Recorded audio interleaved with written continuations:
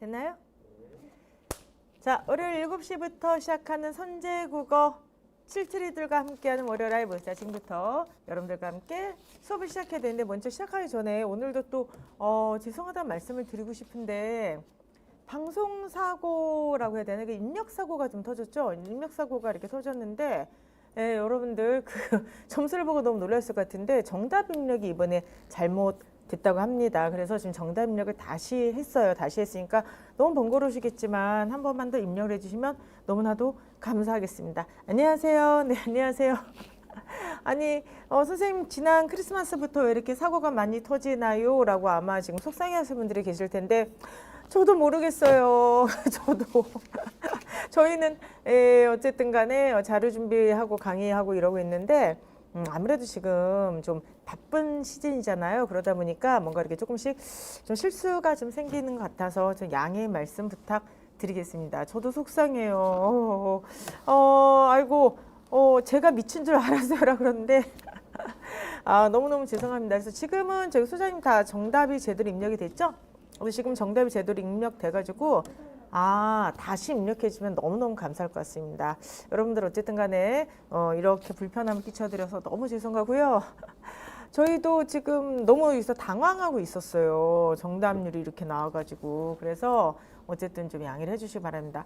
일부러 그런 게 전혀 아니에요. 절대 아니에요. 일부러 그런 건 절대 아니고 여러분들 멘탈 훈련하기 위해서 그런 게 절대로 아니옵니다. 절대로 아니고 그냥 아마 그 담당자분께서 실수를 하신 것 같습니다. 그래서 조금 다시 한번 양해 좀 부탁드린다고 하고 목이 탑니다. 그래서 이거 지금 정답 교정될 때 저는 나가서 이거 다방 커피라고 하나요? 이거 설탕 잔뜩 들어간 커피 타왔어요. 깜짝 놀랐습니다. 저도. 자, 어찌되었든 간에 좀 번거로우시겠지만 정답 입력 한 번만 더 해주시기 바라고요. 그럼부터 여러분들과 함께 이제 본격적으로 오늘부터 이제 드디어 시즌 4의 파이널 학부 모의고사 플러스 1일독 지문 분석인데 자, 어떤 목적으로 이제 수업이 진행되는지를 좀 말씀을 드리도록 하겠습니다. 저희가 지금 계속해서 컨셉으로 잡고 나가는 게 그 문풀 달리기 아니겠습니까? 그러니까 지금부터는 여러분들 결승선을 향해서 속도를 올리기, 바로 속도 싸움이 된대요. 그러기 위해서 우리가 무엇이 필요한가? 시간 단축을 제대로 해야 된다라고 하는 걸 항상 말씀을 좀 드리고 싶어요. 근데 여러분들께서 시간 단축을 도대체 어떻게 하느냐라고 한다면은 우리는 항상 생각하셔야 되죠. 전략을. 첫 번째 말은 무엇이냐 하면은 그쵸. 첫 번째는 근본적인 독해 능력의 향상이에요. 그리고 근본적인 독해 능력의 향상은 이건 1일독 같은 프로그램을 좀 많이 보셔야 된다. 그래서 독해 능력 자체를 올리셔야 되는 거고요. 두 번째는 전략적으로 빨리빨리 풀 수 있는 거 빨리빨리 풀어야 되죠. 공문서. 그리고 이제 두 번째가 논리. 문법 지문, 쉬운 독해 이런 거 좀 빨리빨리 풀어 시간을 쫙 단축을 시켜줘야만 됩니다. 그리고 세 번째는 여러분께서 다양하게 구성된 모의고사를 풀어야 돼요. 무슨 말이냐? 본인의 실력보다 약간 쉬운 문제도 좀 풀어보셔야 되겠지만 본인의 실력보다 약간 어려운 문제도 풀려봐야 돼요. 왜냐하면 쉬운 문제, 어려운 문제, 쉬운 문제, 어려운 문제, 어려운 문제, 쉬운 문제 이런 식으로 계속해서 문제를 다양하게 풀어봐야지 문제마다 감이 있어요. 그러니까 정답을 맞든 틀리든 이 문제는 쉬워, 이 문제는 어려워, 이 문제는 빨리 풀어야 돼, 이 문제는 제대로 풀어야 돼 라고 하는 감도 사실은 저는 그 속도에 대한 감도 실력이라고 보거든요. 그래서 그런 것들을 전반적으로 잘하기 위해서 여러분들께서는 반드시 다양한 문제풀이로 연습을 해야겠다 이렇게 보시기 바랍니다. 자, 그리고 이제 제가 지난주에 여러분들 그 모의고사가 이제 개강이 됐어요. 근데 모의고사 개강이 되면서 저희가 첫 번째 시간은 25분을 주고 두 번째 시간 28분을 주고 시험을 봤거든요. 그랬더니 정말 다른 결과가 나왔어요. 무슨 말이냐면은 25분으로 봤을 땐 뒤에서 보통 15번, 16번부터 쫙 밀려요. 근데 28분을 드렸을 때는 15번, 16번 여기부터 정답률이 웬만큼 나오더라고요. 물론 이제 회차 중에서 조금 어려운 회차 같은 경우는 그렇지 않은 경우도 있습니다만 적어도 28분을 주니까 18, 19, 20번 여기가 정답이 좀 약간 정답률이 떨어지고 밀리지 그 전까지는 잘 푸시더라고요. 그래서 여러분께서 지금 굉장히 고민이 많으실 거야. 사실 25분 안에 푸는 게 목적인데 여러분들 이제 저희 이제 1월이에요. 앞으로 시간 많이 남았어요. 우리 4월에 시험 보고요. 또 6월에 시험 볼 거야. 그러니까 지금 만약에 시간이 부족하신 분들은요. 제 생각에는 너무 무리해서 25분을 잡지 마시고 28분, 29분 쓰세요. 그리고 최종적으로는 25분으로 그쵸 줄인다고 하는 목표를 잡고 1, 2월은 훈련을 하셨으면 좋겠습니다. 그래서 여러분들께서 지금 나는 지금 25분이 너무 부족해 하면은 지금부터는 28분을 훈련을 하시다가 그쵸 점차적으로 시간을 좀 단축하는 그런 전략을 취하시기 바랍니다. 나 이 질문 나올 줄 알았다. 지금 말티장님께서 30분까지 가면 어떡하나요? 라고 했는데 자 봐봐. 내가 28분 동안 도저히 못 풀어. 난 분명히 30분을 풀어야 돼요. 30분 푸세요. 대신에 국사를 빨리 푸셔야죠. 국사에서 시간 단축을 하셔야죠. 국사를 거의 7분 컷으로 푸시고 나머지를 국어에 쏟아 보여야 되는데 사실은 이건 절대적인 기준은 없어요. 그런데 물리적으로 한 32분, 35분이 넘어가면 타 과목에 진짜 영향을 줘서 이건 절대로 안 돼요. 그래서 제 생각에는 최대한 28분에서 아무리 많이 써도 30분, 되도록 25분 안으로 땡겨야 되겠지만 요 사이에서 결정이 돼야 되지 않을까라고 생각을 합니다. 아시겠죠? 그리고 또 하나 우리가 이제 생각하지 못한 게 난도예요. 난도. 첫 번째 출제처였던 출제 연도였던 2025년은 무난하게 나왔어. 그래서 굉장히 빨리 풀 수 있었는데 만약에 2026년은 만약에 출제자가 난도를 조금 올린다 생각을 해보세요. 그러면은 시간을 1분 더 쓴 건 당연한데 학생분들이 그걸 생각을 못 하시고 무조건 25분을 고집하다가는 좀 문제가 생길 수도 있을 것 같습니다. 그렇기 때문에 선제국어 수험생들은 어쨌든 시험은 상대적인 것이기 때문에 25분부터 28, 29분을 잡으시되 그죠? 시험이 무난하게 나왔을 경우 무조건 25분 안으로 땡기는 그런 어떤 훈련을 했으면 좋겠습니다. 아시겠죠? 오케이. 자, 그리고 이제 제가 항상 이제 월요일은 자기 점검의 시간이 되었으면 좋겠다. 이렇게 이제 말씀드립니다. 제가 지난주에 사실 굉장히 피곤했어요. 피곤해서 뭐 매주마다 피곤합니다. 그렇지만은 지난주 토요일 날 제가 어디를 갔다 왔었냐면은 부산을 갔다 왔어요. 저는 부산을 되게 좋아해요. 아시겠지만. 그래서 나중에 나이 들어서 부산 살고 싶다는 생각까지 합니다. 선생님 부산을 왜 좋아해요? 뭐 다 있잖아. 뭐 저기 고기 먹을 수 있고 물고기 먹을 수 있고 그쵸? 국밥 먹을 수 있고 차로 갈 수 있고 비행기로 갈 수 있고 열차로 갈 수 있고 다 가능하잖아. 그래가지고 이거 부산을 제가 좋아합니다. 그죠? 육해공을 다 먹을 수 있고 다 갈 수가 있잖아요. 그래서 좋아하는데요. 어쨌든 간에 부산 설마에 갔는데 너무 반가웠어요. 혹시 오셨나요? 뭐 오잉오잉님부터 시작해가지고 웬일이야 오잉오잉님 오셨네요. 그렇죠? 부산에 설명회 때 저희 칠칠이들이 직접 이렇게 많이 와주셨어요. 그래가서 한참 이렇게 얘기하고 갈 때 저 칠칠이에요 막 이러고 가신 분도 있고 막 그러셨어요. 그래가지고 어쨌든 그랬습니다. 그래서 어찌되었든 간에 제가 토요일 날 그 부산에 갔는데 부산에 가서도 똑같은 말씀을 해드렸어요. 이제 그 부산 그 수험생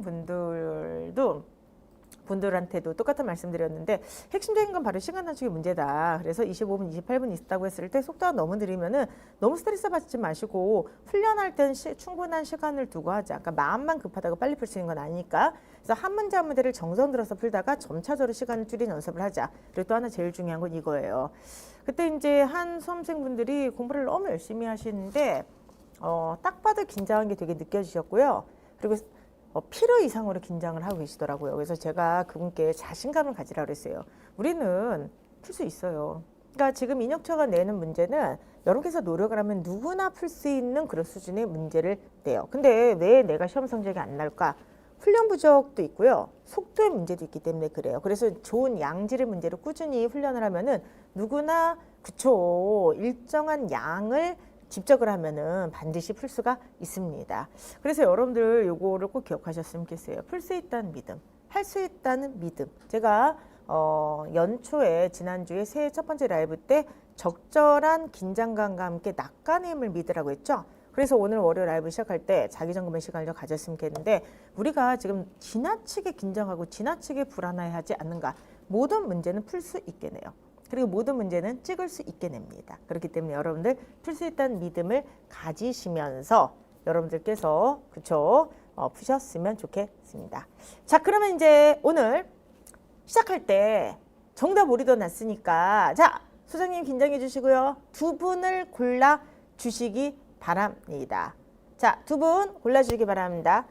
나는 문제를 이렇게 풀면 더 잘 찍는다. 자, 본인이 찍을 때 요령 가장 빠르고 혹은 좋은 거 올리신 두 분께 동달글 쏘도록 하겠습니다. 내가 찍을 때 난 이렇게 찍는다. 올려주세요. 찍을 때 이렇게 찍는다. 너무 황당한 건 빼주세요. 연필 굴리기. 좀 문장형으로 좀 써주세요. 자, 찍어주시기 바랍니다. 네. 네. 소장님 찍어주세요. 네.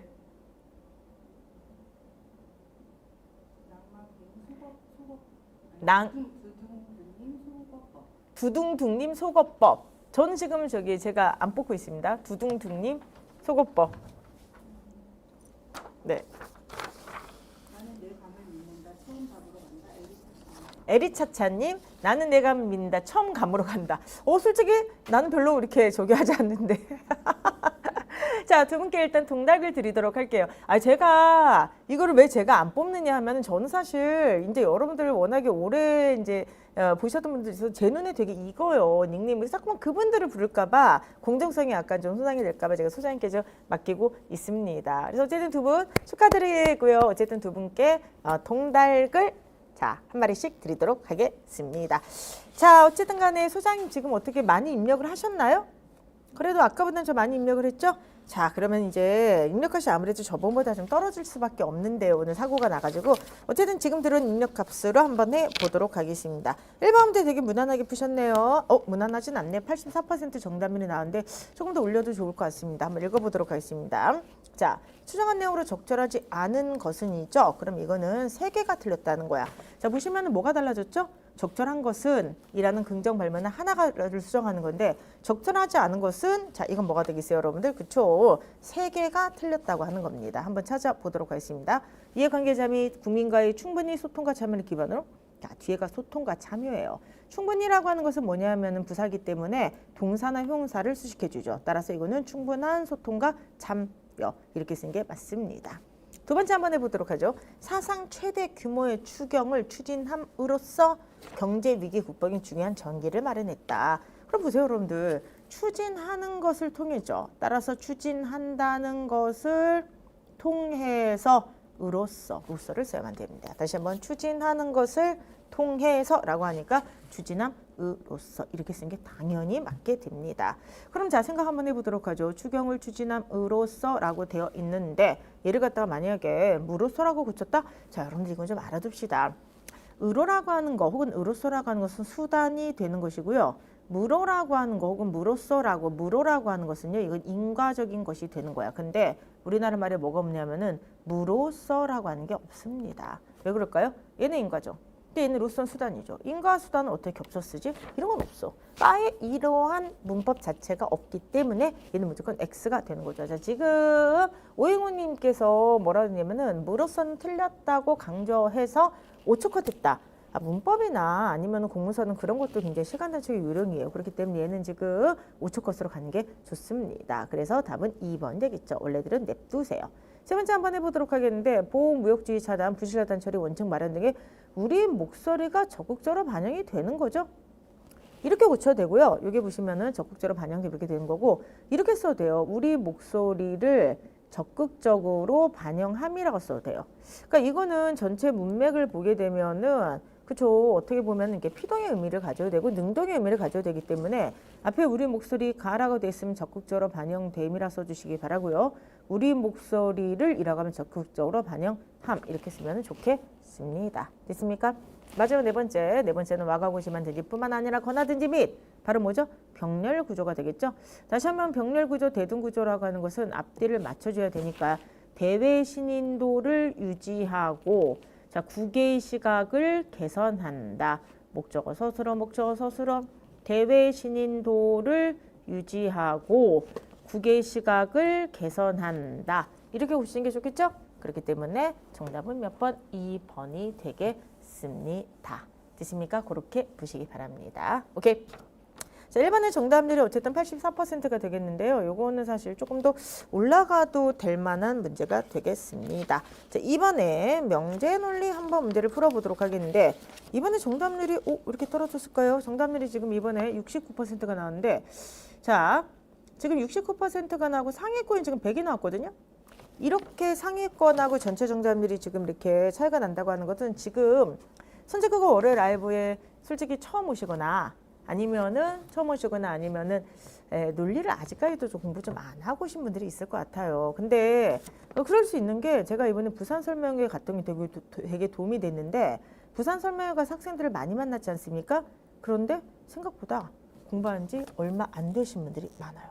그러니까 부산 설명회 자체가 물론 약간 초등학생들이 좀 많이 오시게 되는데 지금 1월인데 이제 시작하신 분들이 생각보다 굉장히 많더라고요. 그래서 1월 시작해서 4월보다 6월 시험이나 아니면은 아직 전공이 안 되신 분들은 내년을 노리신 분들도 굉장히 많이 오셨어요. 그래서 지금 아마 라이브를 들어오신 분들 중에서 처음 오시는 분들도 있을 것 같습니다. 자, 그러면은 처음 오실 분들을 위해서 아니면 시작한 지 얼마 안 되신 분들에서 다시 한번 말씀드릴게요. 자, 우리 공부를 좀 오래 하신 분들, 지금 우리가 쭉 공부하셨던 분들 조금 지겹겠지만 그래도 처음 오시는 분들에 대해서 조금 말씀드리면은 뭐를 해야만 되냐 하면은 꼭 기억하셔야 됩니다. 논리는 감으로 풀면 안 돼요. 논리는 처음부터 양치기 하면 안 됩니다. 반드시 논리는 이론 학습을 하시고 그 다음에 양치기로 들어가셔야 돼요. 아시겠습니까? 요거 꼭 기억을 해주시기 바라고요. 아, 저기 발등에 풀 특강도 있지만 처음 하신 분들은요. 특강보다도 그냥 이론을 들으세요. 올인원이나 아니면은 수빈이격 국어를 그 논리를 좀 들으시고요. 그리고 만약에 논리에 대한 기본이 이제 좀 가물가물하게 까먹었다. 이분들은 발등에 불 특강을 들으시기 바랍니다. 발등에 불이 떨어졌다. 자, 급하게 논리 공부할 때를 위해서 만든 특강이니까 꼭 들으시기 바랍니다. 아시겠죠? 문제 한번 풀어보도록 하겠습니다. 정답은 69%인데 발등에 불 특강 듣고 만약에 이걸 풀면 정말 잘 풀 수가 있을 거예요. 1번 한번 해보도록 하죠. 홍차나 사이다를 제공한다. 홍차나 사이다. 자, 기화시켜야 되고요. 두 번째, 사이다를 제공하면 커피도 제공한다. 3번은 뭐냐면은 홍차를 제공하지 않거나 사이다를 제공하지 않는다. 자, 그럼 여기서 나온 게 있네. 이게 바로 뭐예요, 여러분들? 자, 다시 한번 보도록 합시다. 1번하고 3번을 잘 보도록 하세요. 홍차나 사이다 둘 중에 하나를 제공하는데 홍차를 제공하지 않거나 사이다를 제공하지 않는다. 자, 이거 어떻게 설명할까? 예를 들어서 이거를 부정기호를 빼보도록 할게요. 그럼 드모르간의 여기죠. 홍차도 제공하고 사이다도 제공한다는 것은 거짓이다. 혹은 이걸 단수남축으로 하게 되면 홍차를 제공하면 사이다를 제공하지 않는다는 거죠. 3번 같은 경우는 이렇게 해석이 될 수가 있는 거예요. 그러니까 뭐냐면은 홍차나 사이다를 제공하는데 1번과 3번을 같이 보세요. 홍차를 제공하지 않거나 사이다를 제공하지 않는다. 이 말은 뭐냐면 홍차와 사이다를 둘 다 제공하진 않는다. 자, 처음 논리하신 분들 이게 지금 외계어처럼 들리겠지만 공부하신 분들 지금 바로 나오네. 와우, 파스님, 이미정님, 희진이, 김한벨리. 그쵸, 이게 베타죠. 내가 둘 중에 하나는 선택하게 할 텐데 둘 다 선택하게 하진 않을 거야. 베타잖아요. 그러니까 답은 1번 당연히 나오죠. 홍차나 사이다 중에서 반드시 하나만 제공한다. 이렇게 돼 있죠. 그럼 이건 뭐야? 이거 자체가 바로 베타잖아. 한국어 의미로도 생각해봐. A나 B들 중에서 둘 중에 하나는 줄 텐데 내가 둘 다 주진 않을 거야. 이런 말이죠. 바로 베타가 되겠습니다. 그럼 1번 당연히 맞게 되겠죠. 2번 들어가죠. 커피를 제공하지 않으면 홍차를 제공한다. 낙커피죠. 낙커피에서부터 시작합시다. 그러면 여기서 홍차까지 나와야 돼. 그러면은 2번 보세요. 자, 대우합시다. 낙커피면 낮사이다죠. 그럼 낮사이다면은 1번으로 갑시다. 선언지가 지워지죠. 그러면 홍차 나옵니다. 따라서 2번도 맞습니다. 3번에 홍차를 제공하면 사이다 커피는 제공하지 않는다. 자, 홍차를 제공해요. 자, 그러면 홍차를 제공하게 되면 사이다를 제공하지 않는다까지는 알 수가 있겠죠. 왜냐하면 3번에 선언지가 제거가 되죠. 홍차를 제공하면 사이다를 제공하지 않죠. 그렇죠? 여기까지는 알 수가 있어. 근데 홍차를 제공하면 커피를 제공하지 않는다는 거를 어떻게 알 수가 있지? 연결이 안 되잖아. 그치? 왜냐하면은 홍차와 사이다와의 관계는 알 수 있지만 홍차를 제공했을 때 커피를 제공하는지 커피를 제공하지 않는지 특히 낮커피는 도출이 안 됩니다. 알 수가 없죠? 알 수가 없기 때문에 커피 때문에 답이 안 되게 되겠죠. 따라서 2번의 답은 그쵸? 2번이 되겠습니다. 됐습니까? 오케이. 잘하셨습니다. 자, 근데 문제는 3번인데 어머나 예상 밖이야. 3번을 더 잘 풀었어 지금. 지금 이게 어떻게 된 거죠? 저는 지금 3번이 조금 더 어렵다 생각했는데 지금 현재 정답을 입력하신 분들은요. 3번을 더 잘 풀었습니다. 3번 한번 해보죠. 3번은 정답률이 현재까지 정답률 몇 퍼센트 나와요? 70이 나왔는데? 아, 떨어졌네. 67이요? 그럼 2번 얼마 나오죠, 정답률이? 아, 그러네. 그러면 제 생각이 맞았네요. 이거 잠깐만, 이거 어떻게 없애니? 없어져라. 이게 이제 뭐냐면은 이게 아마 아까는 정답 입력이 좀 틀이 잘못돼가지고 조금 늦게 정답 입력하신 분이 계셨던 것 같아요. 이게 67? 3번? 3번 문제 정답률이 63으로 떨어졌다고요? 아유, 왜 이렇게 떨어져? 묻지 말걸. 3번 문제가 조금 더 어려웠던 문제입니다. 그래가지고 지금 보시면은 2번은 이제 공부를 하신 분들은 뭐 무난하게 풀었을 문제고 공부를 안 하면 어쩔 수 없어 논리는. 그래 공부를 해야 돼. 근데 3번은 역시 수업 중간에 먹는 소주가 최고예요. 예. 소주겠습니까? 커피지. 자. 그래서 어쨌든 3번이 2번보다 더 어려웠는데 지금 입력하시 지금 제대로 나왔네요. 그렇죠? 63이니까 요 같은 경우는 그렇죠. 약간 좀 어려웠을 문제예요. 자, 근데 요거는 한번 생각을 해보세요. 요거는 지난번에 나왔던 지방직은 문제용은 되게 비슷해요. 문제용은 비슷한데 지방직 같은 경우는 결론 찾기였고 이번에는 생략된 전제 찾기예요. 그러니까 문제의 유형은 되게 비슷한데 난도를 지방직보다 조금 더 이렇게 올려놨던 겁니다. 한번 해보도록 하죠. 1번에 기화시켜 보도록 하겠습니다. 너 좀 들어가라고. 들어가. 자, 한번 해보도록 하겠습니다. 자, 만일 그러니까 국가가 국민을 보호하면 이렇게 되죠. 이게 어떻게 들어가게 하는 거죠? 야, 들어가라고. 자, 들어가라. 얘 어떻게 하는 거지? 이렇게 할까요? 들어갔나요? 아, 들어갔습니다. 오케이, 들어갔습니다. 한번 해보도록 하겠습니다. 자, 국가가 국민을 보호하면, 그렇죠? 국가가 국민을 보호하면, 그렇죠? 여기 지금 여기 이렇게 크게 돼 있으니까 가로를 쳐야 되겠네요.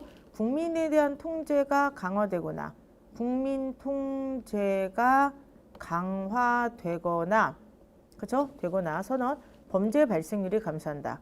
범죄 발생률이 감소한다. 이렇게 쓸게요. 그 다음에 이번에 국가는 국민을 항시 보호하고 있다.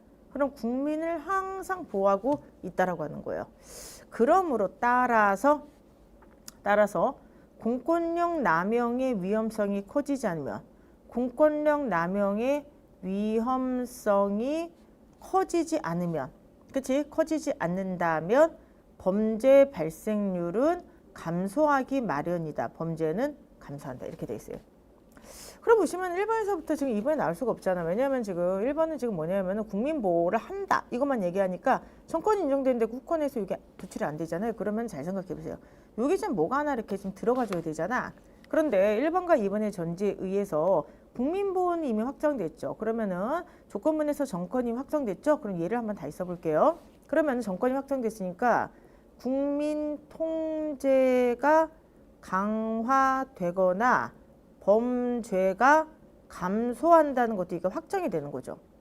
근데 여기다가 지금 뭔가를 이렇게 넣게 되면은 따라서 공권력 남용의 위험성이 커지지 않는다면 범죄는 감소한다. 지금 이렇게 나와 있는 거야. 어떻게 풀겠어요, 이거? 자, 단수함수 이용해서 풀까요? 어떻게 풀까요? 자, 한번 해보도록 하겠습니다. 지금 보시면은 마지막 결론이 지금 뭐랑 똑같죠, 여러분들? 자, 첫 번째는 한번 이렇게 풀어볼게요. 조건문이죠. 조건문은 선언이죠. 그럼 지금 얘랑 얘를 맞춰줘야 되기 때문에 얘를 선언으로 바꿔보세요. 선언으로 바꾸게 되면은 자, 앞에 항이 부정이 되죠. 그럼 공권력의 위험성이 커지거나 범죄가 감소한다가 되는 거야. 그럼 봐봐. 지금 조건문을 선언으로 우리가 단수함수를 바꾼 것 뿐이야. 그런데 여기 있는 항은 똑같이 지금 일치가 되죠. 그럼 얘랑 얘만 연결하면 되잖아. 됐습니까? 그러면 자 보세요. 국민 통제를 강화하거나 범죄가 감소한다. 근데 이게 뭐 하나만 들어가면 범죄가 감소한다는 똑같이 있는데 이러거나 공권력의 위험성, 남용의 위험성이 커진다는 거예요. 그럼 뭐죠? 국민 통제가 강화되면 공권력의 남용성이 커진다 생각해봐. 그러면은 얘를 선택하면은 자 여기 보시게 되면은 뭐가 되겠어요? 공권력의 남용의 위험성이 커지고 얘를 선택하면은 똑같이 얘가 되니까 똑같은 결론이 나오네. 됐어요, 여러분들? 이렇게 하면 되겠죠. 그렇기 때문에 일단 그렇게 푸는 것도 방법이에요. 자, 이거 이해되시겠어요? 지금 제가 여기 글씨가 이게 너무 안 좋은데 그럼 다시 결론에 나오는 조건문을 선언으로 바꾼 거야. 그러면은 조건문은 선언문이다. 선언으로 바꾸면은 앞에 항이 긍정이 되니까 공권력 남용의 위험성이 커지거나 범죄 감소죠. 그러니까 여기다 지금 뭐 하나를 갖다 추가를 하면은 이 결론이 나와야 돼. 다시 한번 이거를 그냥 바꾼 걸 써볼게요. 바꾼 걸 써보면 이렇게 되죠? 그러면 지금 여기다 뭔가 하나가 추가되면 따라서 이게 나와야 돼. 그러니까 얘를 선택하면 어쨌든 똑같이 범죄 감소가 나와. 근데 얘를 선택하면 무조건 공권력의 위험성이 나와야 돼. 그러면은 뭐 하면 돼? 얘만 연결하면 됩니까? 국민 통제가 강화되면 공권력 남용의 위험성이 커진다. 이러면 되잖아. 그러니까 선언은 얘를 선택하든 얘를 선택하든 아니면 둘 다 선택하든 얘가 나와야 되는 거니까 얘를 선택하면 얘가 나온다. 얘를 선택하면 얘가 나온다. 얘를 선택하기 위해서 얘가 나오기 위해서 얘를 조건을 그쵸. 너 전층으로 연결해 주면 되잖아. 됐어요, 여러분들? 그렇게 보시고요. 아, 지금 거꾸로 풀어보도록 할게요. 지금 공검님과 김한별님께서는 오히려 이거를 조건으로 푸는 게 자기도 쉽다. 그럼 조건으로 푸세요. 조건으로 풀어도 됩니다. 여기 있죠? 이 선언만 이번에는 조건으로 해볼게요. 그럼 뭐가 되죠? 국민 통제가 나 글씨 예쁘게 써야겠다. 이렇게 글씨를 믿게 쓰니. 자, 봅시다. 국민 뭐 달라진 건 별로 없습니다. 강화되지 않으면 범죄가 감소된다. 그러면 여기서 자 전제를 추가해서 요 전제를 내야 돼. 공권력이 그죠 남용되는 위험성이 없으면 범죄가 감소된다. 이걸 내면 되는 거야. 그럼 보세요. 얘랑 지금 얘는 지금 똑같잖아. 이 항은 똑같잖아. 그럼 우리가 많이 했잖아. 이렇게 돼 있지. 그치? 이렇게 돼 있지. 그럼 뭐와 뭐만 연결하면 되는 거야? 얘랑 얘만 연결하면 되잖아. 그러면 이건 어떻게 돼야 되겠어요? 가운 3단이 되려면은 공권력의 그죠 남용의 위험성이 커지지 않으면 not 국민 통제 강화 이렇게 되는 거죠. 그러면 공권력 위험성이 커지지 않으면 국민 통제가 되지 않고 국민 통제 강화되지 않으면 범죄 감소가 된다. 이렇게 되니까 그쵸. 이렇게 쓰면 되죠. 그러니까 요 항의 대우가 뭐? 요 항의 대우가 국민 통제가 되면 공권력 위험성이 커진다. 국민 통제 강화되면 커진다. 이 항의 대우가 되는 거죠. 정답 몇 번 어떻게 풀든 간에 1번이 되는 겁니다. 됐습니까, 여러분들? 그렇게 보시기 바랍니다. 됐습니까? 오케이. 어떻게 푸는 게 좋으시겠어요? 그러니까 결과적으로 이거죠. 여기 A이거나 B가 있어. 그치? 근데 여기서 지금 뭐냐면은 2번 전제에서 그쵸? 뭐가 있어야 돼? 근데 따라서 여기서 이게 나오는 거야. 이렇게 나오는 거야. 그럼 결과적으로 얘와 얘만 연결하면 되잖아. 그치? 어차피 여기가 똑같으니까 A이면 C가 되면은 어쨌든 A를 선택하면 C가 나오고 B를 선택하면 B가 나오니까 이렇게 되는 거죠. 이해되시겠어요? 이거 무슨 말인지? 그래서 다시 한번 봅시다. 지금 제가 풀었던 문제를 기호식으로 쓰게 되면은 이렇게 되는 겁니다. A이거나 B야. 그런데 A이거나 B에서 전제가 없죠? 근데 결론이 C이거나 B가 나와. 그러니까 얘는 어차피 똑같잖아. 그러니까 얘와 얘만 연결하면 되니까 A이면 C다. 됐습니까? 이렇게 해주면 되는 거죠. 그리고 이렇게 풀지 않으려면 얘를 갖다가 거꾸로 나대이 이거고 나대이면 B다. 그 다음에 이렇게 되고요. 그 다음에 2번 같은 경우는 그쵸. 따라서 결론은 뭐야? 나시이면은 B다. 이렇게 되는 거죠. 그러니까 결국은 요거를 또 연결하는 것도 방법이 되는 겁니다. 얘는 가한 3번으로 연결하면 되고요. 얘 같은 경우는 전체 특징 생각해서 연결하면 되는 거죠. 됐습니까? 문제에 따라서 선언을 조건으로 바꾸는 게 편할 수도 있고 조건을 선언으로 바꾸는 게 더 편할 수도 있습니다. 사실 저는 이 문제는 그냥 선언으로 푸는 게 더 편한데 저는 그냥 습관적으로 약간 조건으로 해서 푸는 경우가 많습니다. 그래서 여러분들께서 어쨌든 간에 편한 방식으로 풀어주시면 되겠습니다. 자, 지금까지 우리가 3번 문제까지 한번 해설했는데 지금 이 말이 쏙쏙 이해가 되시는 분들은 소위 논리 약간 고수들이세요. 근데 지금 이 말을 제가 할 때 조건문이 선언문이라는 게 뭐야? 이게 뭐야 도대체? 막 이러면서 이제 신기하게 좀 들으신 분들이 있을 겁니다. 이분들은 아직 논리 이론 학습이 안 됐기 때문에 이론 학습하고 이 문제를 다시 풀어보세요. 그러면은 이런 거구나 라고 하는 걸 알 수가 있을 것입니다. 그래서 어쨌든 3번 문제가 어려운 문제야. 그래서 3번 문제 정답률이 63%뿐이 안 되는데 어쨌든 틀리신 분들 앞으로 연습 많이 하시고요. 많으신 분들은 축하드립니다. 자, 그러면 이제 코너비 골든 챌린지를 보도록 하겠습니다. 자, 여러분들 2020년을 결승선 챌린지와 함께 힘차게 시작해 봅시다 라고 얘기를 하는데 지금 어쨌든 먼지도 있어요. 먼지도 그 난립니다. 자, 지금 그 완주 상품으로 굉장히 그 카페에서 푸짐하게 지금 선물을 걸고 있다고 해요. 그래서 네이버 상품권부터 시작해가지고 이거 몇 명한테 드린다 그랬지? 이게 거의 결승 챌린지가 이게 거의 뭐, 에? 아, 100명에게 드린다고 합니다. 그래서 여러분들께서 어쨌든 상품보다도 제일 좋은 게 그거잖아요. 상품은 동기부여에 대한 것이고, 그래서 상품보다도 내가 이렇게 혼자 공부하는 게 아니구나. 나랑 같이 지금 항상 뛰어서 같이 문풀을 달리게 한 사람들이 있구나. 이거 생각하면서 힘을 내면서 좀 하시기 바랍니다. 아시겠죠, 여러분들? 힘차게 우리 결승선 챌린지와 함께 나아갔으면 좋겠습니다. 자, 오늘 아이고 지금 계속 몇 주에 걸쳐서 계속 방송하다가 사고가 나가지고 인터넷 연결이 안 되든가 목소리가 안 나온다든지 아니면 이렇게 정답 입력이 잘못된다든지 막 이래가지고 약간 좀 약간 긴장도 되고 뭐 약간 그러는데요. 어찌되었든 간에 지금부터 한번 4번 문제를 푸는데 오늘은 4번 문제랑 문제 유형이 연결된 건 아니고 뒤에 있는 그 1일독하고 연결이 돼 있어요.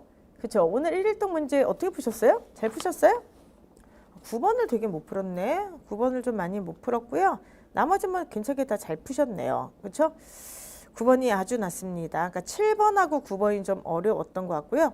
이 문제는 4번, 5번, 6번, 4번이 74.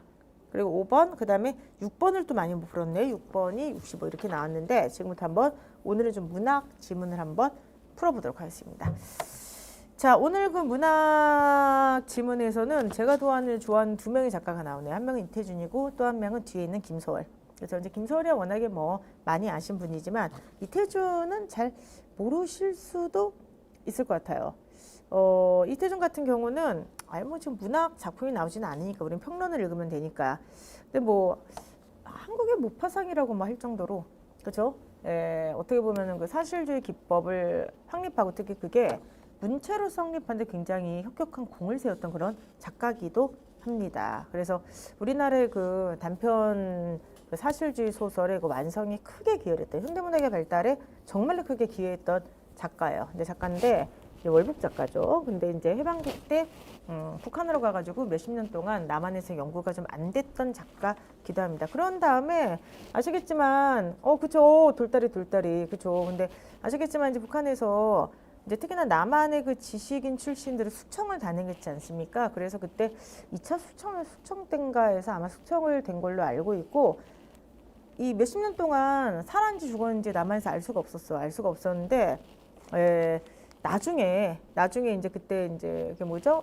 남북한이 이제 80년대 교류하고 막 이랬지 않습니까? 그때 이제 북한으로 가서 취재했던 그 작가단 이런 분들에 의하면은 마지막에 이제 숙청이 이제 정치적으로 된 다음에 굉장히 어려운 삶을 사셨다고 그래요. 그래서 마지막에 그 이분의 그런 어떤 행적이 남아 있다고 하는데 하여간 제가 그거를 이렇게 글을 읽다가 이렇게 발견하고 되게 이렇게 좀 가슴 아파했던 적이 있습니다. 왜냐면 제가 돌다리라는 소설 아시죠? 돌다리를 비롯해서 이태준의 단편 소설을 되게 좋아했거든요. 되게 좋아했는데 아무리 뛰어난 지식인들도 시대의 경랑을 피해갈 수는 없다. 그래서 어떻게 보면 시대의 그 높은 파고가 있었을 때 그 파고를 뛰어넘을 정도의 어마어마한 운과 개인적인 자질과 이거를 갖추지 않는 대부분의 아무리 뛰어난 지식인이라고 하더라도 시대의 경랑에 휩쓸려 간다.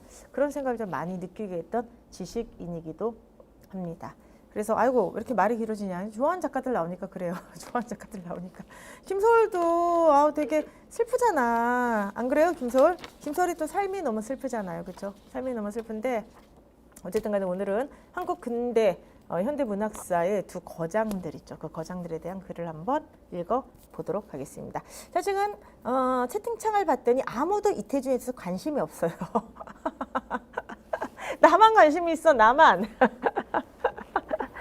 관심이 있습니다. 그래서 어쨌든 간에 자, 지금부터 한번 4번 그래. 아니 저는 이제 제가 얘기했지 않나 저는 평전 읽는 거 한때 되게 좋아했어요. 요즘은 안 읽는데 한때는 평전. 근데 평전인데 이 평전 한번 읽어보세요. 되게 재밌어요. 그러니까 위인전이라고 하는 것은 저는 좀 약간 명칭이 이상하다고 봐. 모든 위인들도 상대적인 관점에서 보면 위인이 아닐 수도 있잖아요. 근데 평전은 이제 악인이든 선인이든 정말 그 사람에 대해서 평가를 하는 거잖아. 그래서 어쨌든 평전이 되게 재밌어요. 그래서 여러분들한테 그 나중에 합격하시면은 평전 시리즈 한번 읽어보라고 꼭 말씀 제가 드려요. 특히나 제가 되게 인상 깊게 봤던 그 몇 가지 평전이 악인들인데 뭐 히틀러 평전 막 이런 것도 있지만은 뭐또 이야기하면 좀 그렇다. 어쨌든 간에 저는 약간 극단주의자들의 평전인 게 재밌었어요. 그래서 그 킬링필드를 주도했던 정말 세계적인 어떻게 보면 이 폴포트라고 하는 어떻게 보면 학살자 있지 않습니까? 그래서 그 사람 평전 한번 읽어보세요, 나중에. 그러면은 왜 그런 평전이 재밌냐? 선생님 그런 사람들을 뭐 좋아합니까? 그게 아니라 누가 좋아해? 킬링필드 같은 그런 어떻게 보면 비극을 이렇게 유도했던 사람 누가 좋아합니까? 근데 대부분 그렇게 엄청난 범죄를 저지르고 엄청나게 인류에 해악을 끼쳤던 사람들은 처음에는 굉장한 인도주의자와 굉장한 이상주의자들이었어요. 그러니까 제가 이제 그런 거를 보면서 생각을 하는 게 아무리 뛰어난 이상과 아무리 뛰어난 그런 거라고 하더라도 현실과 괴리가 되거나 그 이상을 추구하기 위해서 이상화시킨 순간 이게 전체주의의 시발점, 이 비극의 시발점이 되는구나 뭐 그런 걸 많이 느낍니다. 그래서 anyway, 하여간 그랬습니다. 아니 지금 보시면 합격자분이 오셨네요. 네. 반갑습니다. 와주셔서 너무나도 감사합니다. 그래서 여러분들 지금 학교의 길을 뿜뿜 받아가시기 바라고요. 여러분들이 이제 4월하고 2월 시험 보잖아. 이번 합격을 하게 되면은 가끔 가다가 월요일 라이브 와가지고 이렇게 합격 기운을 마구마구 이렇게 전해주셨으면 좋겠습니다. 와, 반가워요. 그리고 너무나도 감사드립니다. 아이고, 자, 이제 그럼 평전 얘기 그만하고 빨리 한번 읽어보도록 할게요. 보도록 합시다. 이음자인 지금 정답률이 4번 같은 경우는 좀 떨어졌어요. 지금 아마 정답률이 더 떨어졌을 것 같은데 한 70% 정도뿐이 안 나왔습니다. 자, 한번 읽어보도록 할게요. 이태준의 폐강량에서. 선생님 폐강량이 뭐예요? 강냉이를 패버려? 이런 건가요? 몰라. 그냥 소설 제목이겠지. 됐습니까?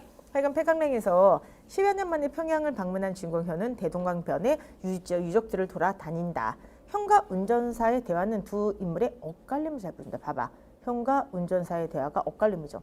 대비양이지. 그러다 보자마자 현하고 운전사가 대비다라고 하는 거를 생각하고 대비양으로 글을 읽어야 되잖아. 그치? 유적지를 중심으로 조선의 고유성을 확인하려는 현에게 고유성을 갖다 확인하려고 하는 거야. 근대적 도시로서 평양에 가는 면모는 중요하지 않다.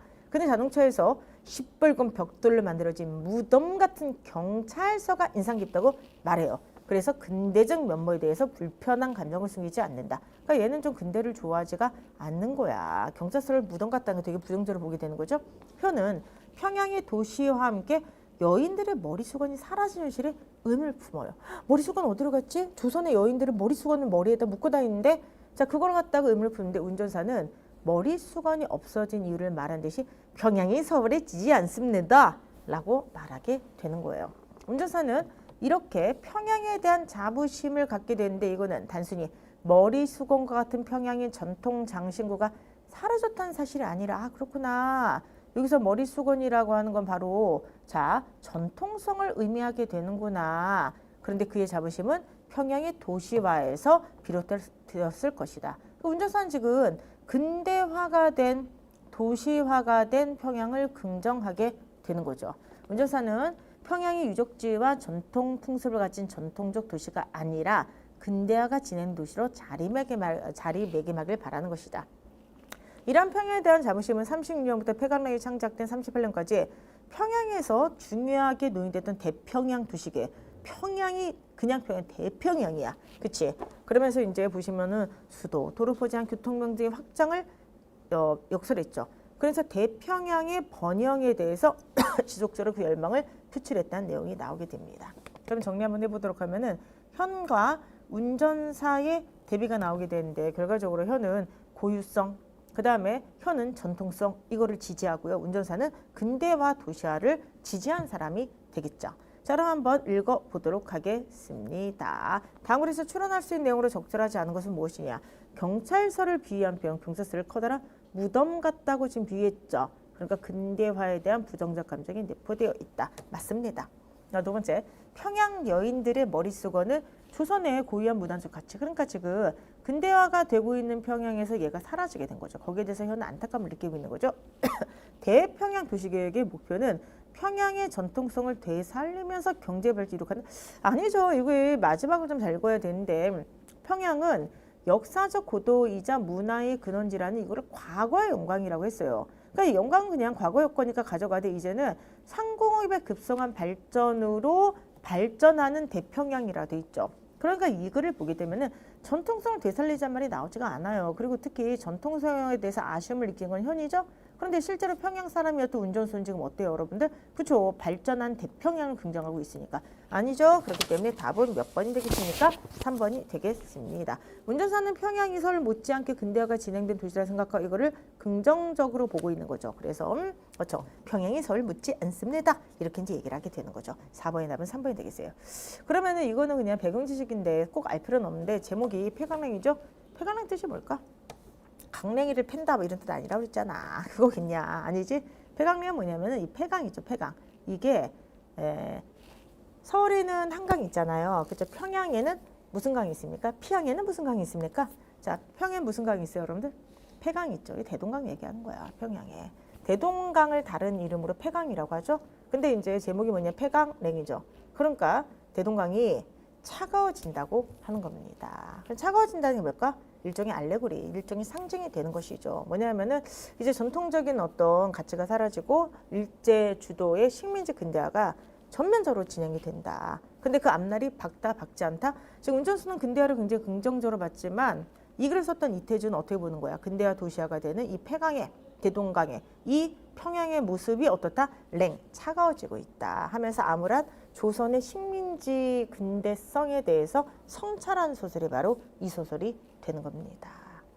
굉장히 어떻게 보면은 그 상호 이태준의 근대화에 대한 시각, 이중적 시각을 좀 동시에 또 나타내기도 하고 또 지식인의 굉장히 깊은 고민이 드러나기도 하는 그런 소설이라고 할 수가 있습니다. 자, 어쨌든 간에 간만에 이제 우리는 더 이상 이태준 소설을 읽지 않습니다. 시험에 더 이상 나오지 않으니까. 근데 어쨌든 간에 상호 이태준에 관련된 한번 평론을 한번 가지고 문제를 만들어 봤습니다. 5번 문제 한번 들어가도록 할게요. 5번 문제는 쉽기 때문에 그냥 빨리 풀어보도록 하는데 5번은 저희가 제작한 문제가 아니라 이게 옛날 그 시험 문제예요. 이게 제가 체크를 한 거로는 예전에 그 경찰에서도 시험을 봤었는데 경찰에서 나왔던 이게 기출문제입니다. 기출문제인데 이걸 왜 가져왔냐면은 일단 보시면은 어때요? 그쵸? 지문이 되게 길어요. 지문이 되게 길고요. 그 다음에 밑에 보면 이게 표로 정리가 되어 있거든요. 아직까지 저희가 이런 식의 문제가 출제가 안 됐어요. 근데 난도는 뭐 높지 않으니까 한번 풀어보는 것도 괜찮을 것 같아가지고 한번 그쵸 가져왔습니다. 그래요. 대비항을 가지고 푸는 거죠. 전문가가 출판한 백과사전과 집단지성을 이용한 백과사전의 장단점을 정리를 한 거죠. 그렇기 때문에 마지막에 보면 이런 말이 나옵니다. 집단지성은 정보사의 특징을 설명해 주는 걸로 각광받고 있대요. 특히 인터넷상에서 활동하는 개별 누리꾼이 힘을 모아서 사회적 영향을 발휘하고 있대요. 그럼 이거는 보세요, 여러분들. 사회적 영향력을 발휘하는 현상이 나타나는 게 집단지성의 특성인데 여기서 보면 각광받고 있다, 자리 잡고 있다. 이거는 그럼 긍정적인 거야? 아니면 부정적인 거야? 긍정적인 거잖아. 그래서 적어도 여러분들이 이게 답이 4번이라는 걸 금방 알 수가 있을 겁니다. 얘가 단점에 들어갈 수는 절대로 없죠. 그리고 두 번째는 자, 단점에 들어갈 수도 없지만 문장이 묘하게 달라요. 사회적 영향력을 발휘하는 개별 누리꾼이 늘어나고 있다고 이 앞에 있는 문장을 자, 개별 누리꾼이 힘을 모아서 사회적 영향을 발휘하고 있다. 좀 달라 문장이. 뭔지 아시겠어요? 그러면은 이 제시문에 있는 건 뭐냐면 사회적 영향력을 발휘하는 것은 개별 누리꾼이 아니라 개별 누리꾼들이 모이는 집단이야. 그러니까 집단이 말 그대로 사회적 영향을 발휘한다 쓰고 있는 거고 여기 있는 문장은 뭐냐면은 사회적 영향을 발휘하는 개별 누리꾼. 개별 누리꾼이 사회적 영향을 발휘한다는 뜻이야. 그렇기 때문에 개별 누리꾼이 발휘하는 그 집단 지성이 포함돼 안 돼? 포함도 안 되는 거야. 아시겠지? 무슨 말인지? 그래서 답은 어쨌든 4번입니다. 그래서 이 문제를 제가 왜 가져왔냐? 일단 그 아직까지 나오지도 않았던 문제인데 그 문제 유형인데 학생분들 대부분 이거 푸는 방식을 보세요. 대부분 이제 문제를 쉽게 이제 풀었을 거야. 쉽게 풀었을 텐데 대부분 이거는 장점이지 이건 단점은 아니잖아 하면서는 단점이 아니야 하면서 문제를 풀었을 거예요. 그치? 그런데 문제는 뭐냐면은 한번 꼼꼼해 보세요. 요것도 보세요. 사회적 영향력을 발휘하는 개별 누리꾼이 늘어난다. 그럼 뭐야? 개별 누리꾼이 사회적 영향을 발휘하고 그들이 늘어난다는 건데 이 앞에 있는 문장 같은 경우는 개별 누리꾼이 힘을 모아서 사회적 영향을 발휘한다. 이건 집단이 영향을 발휘한다는 뜻이에요. 조금 달라 맥락이. 그렇기 때문에 어찌되었든 답은 뭐 쉽게 4번이 나왔을 겁니다. 됐습니까 여러분들? 그렇게 보시기 바랍니다. 됐습니까? 오케이. 자, 그래서 어쨌든 간에 이건 두 가지가 틀렸죠. 단점도 아니고요. 이 앞에 있는 내용도 틀렸기 때문에 어찌 되었든 간에 5번의 답은 4번이 되겠습니다. 오케이. 6번 문제 한번 풀어보도록 하는데 잠깐만 6번이 정답률이 이상 왜네 65%가 나왔는데 이거 어려웠어요? 수상 지금 6번의 정답률 몇 %죠? 65, 64 이렇게 나왔네. 이게 좀 어려웠나요? 여러분들 잘 보도록 하세요. 자, 한번 해보도록 하겠습니다. 자, 클레이턴 페이지 알더는 내 안에 기후생물이 산다에서 기후변화가 이거 보세요. 외부 환경이 아니라 두뇌 행동 인식 결정에 실질적으로 직접적인 영향을 끼치고 있다고 경고한다. 그러니까 기후변화라고 하는 게 자, 인간의 내부에도 그쵸 영향을 미치고 있다는 거야. 자, 이런 그러니까 영향을 미치고 있다. 이런 견해는 신경과학자 연구에 뒷받침된다. 이들은 주변 온도가 2도씨 상승한 경우 폭력 범죄율이 3% 이상씩 증가한다. 그러니까 기후변화가 인간에게 영향을 미친다. 다른 말로 하면 기온이 영향을 미친다.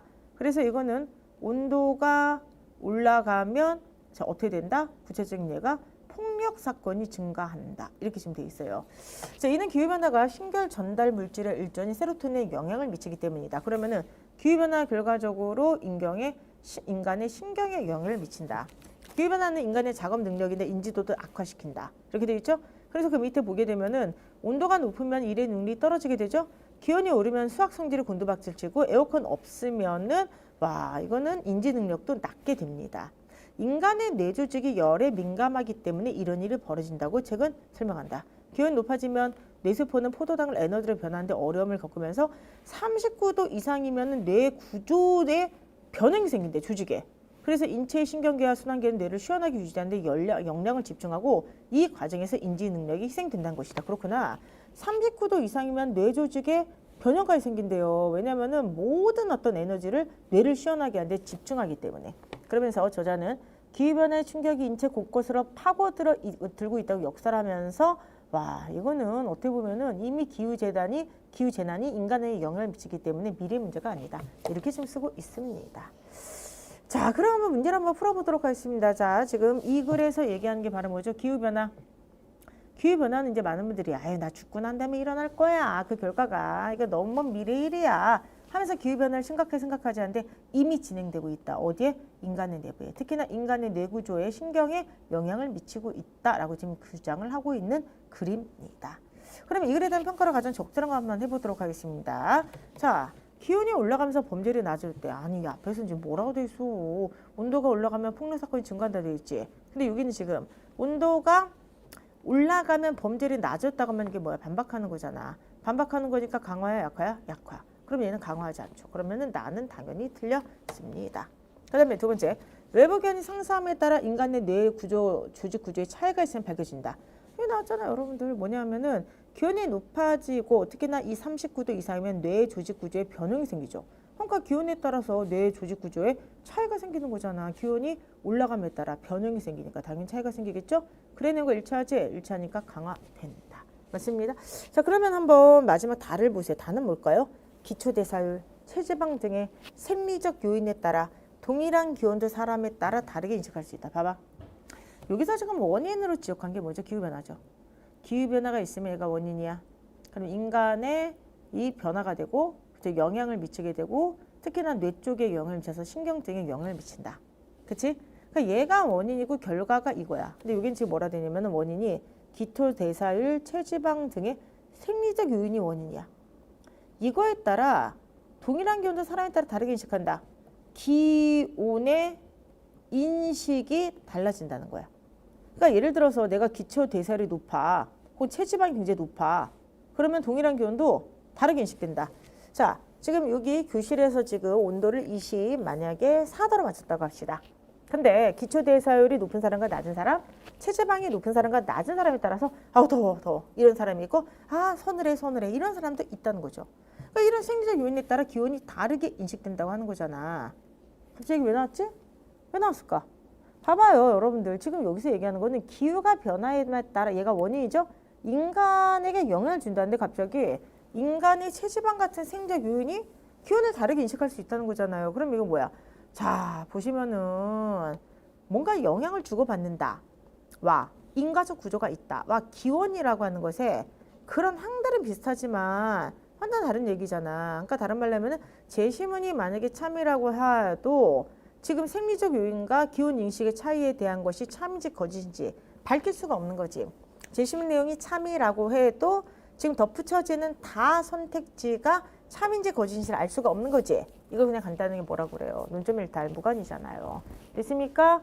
무관이니까 이거는 뭐야. 그죠. 강화 약화되지 않는다죠. 그러니까 당연히 정답은 몇 번이야? 나가 되겠죠. 나니까 정답 몇 번? 1번이 되겠습니다. 됐습니까? 그렇게 보시기 바랍니다. 됐습니까?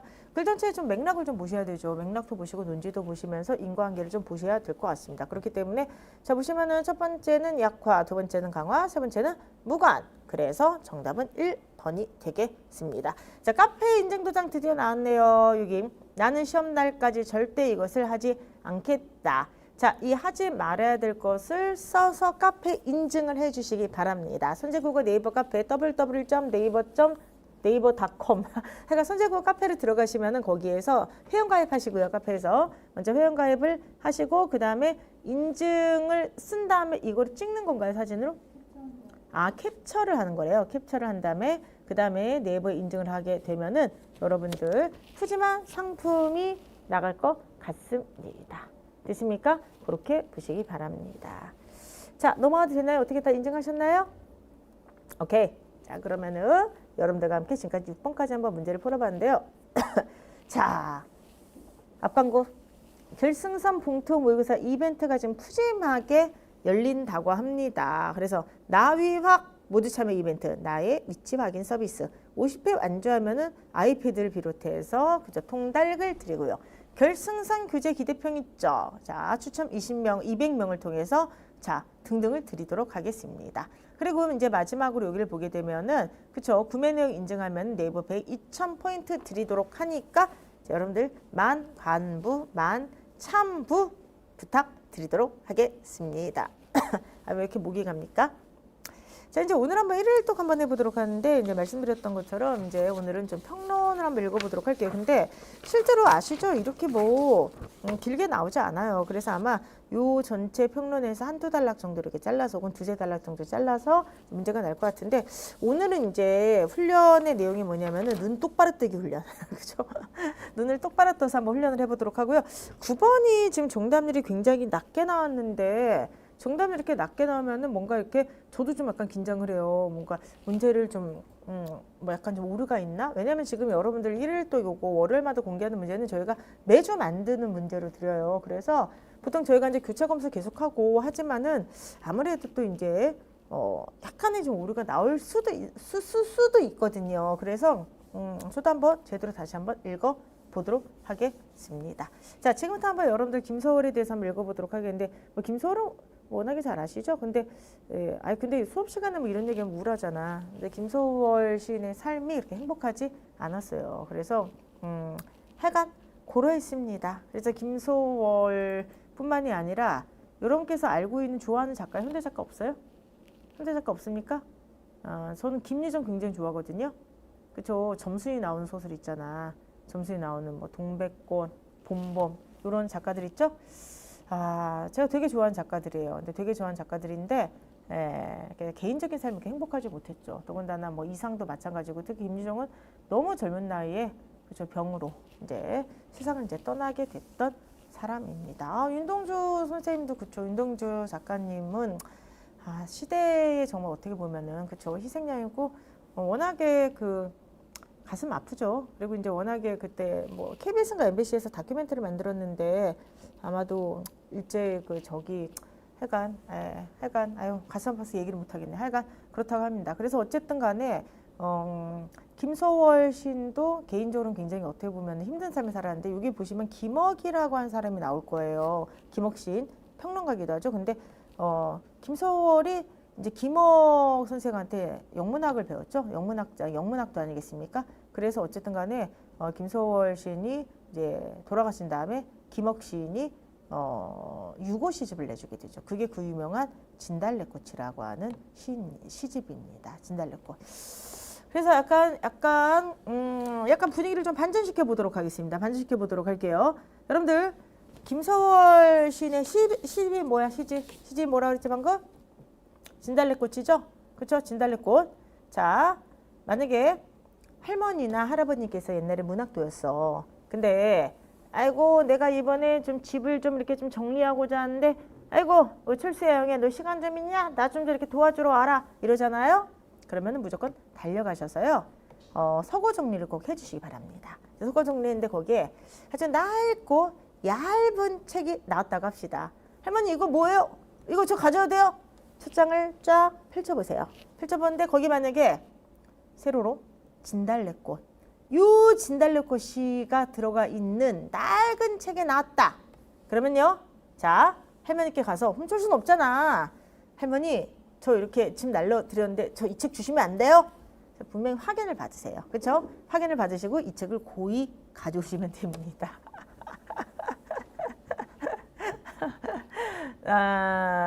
뭐 비싸죠.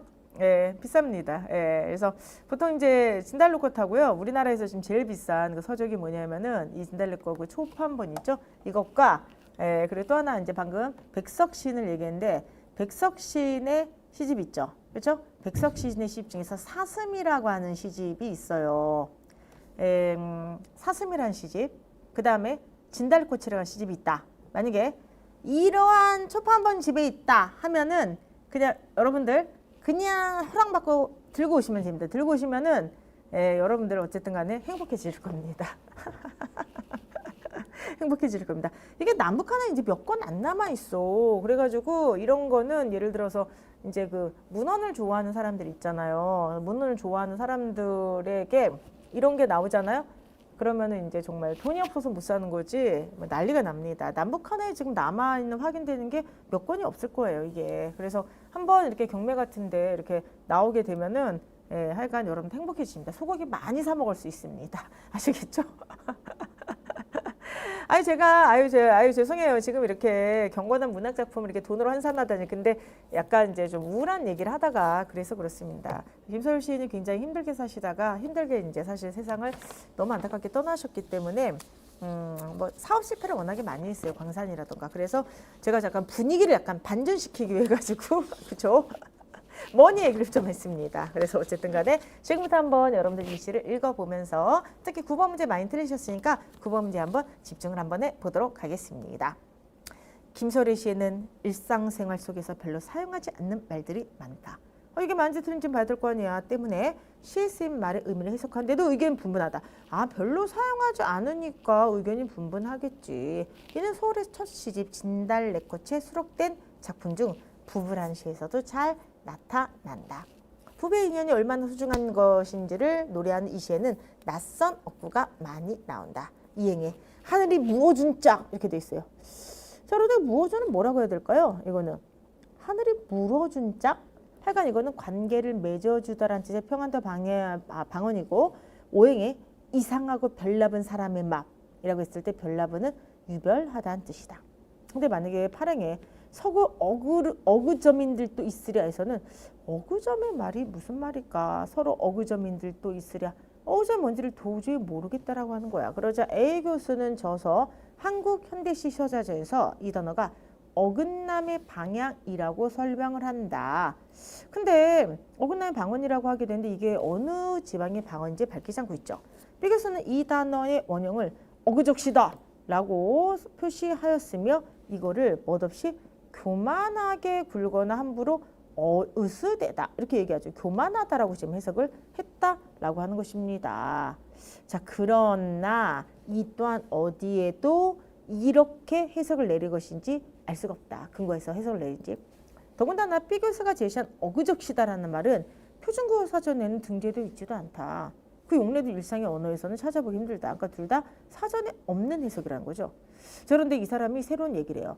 어그적시다라고 하는 거는 북한에서 나온 조선말 대사전에 등재되어 있는데 B 교수가 제시한 의미와는 상당한 차이가 있다. 조선말 사전에서는 어그적시다를 엇나가다 동요를 처리하고 있고 그 뜻은 어긋나게 삐뚤어 나가다를 하고 있는데 멋없이 교만하게 굴다는 B 교수의 설명과는 다르다. 차이가 있다. 맞네요. 그러면 이거는 어쨌든 니은도 그냥 두는 게 맞습니다.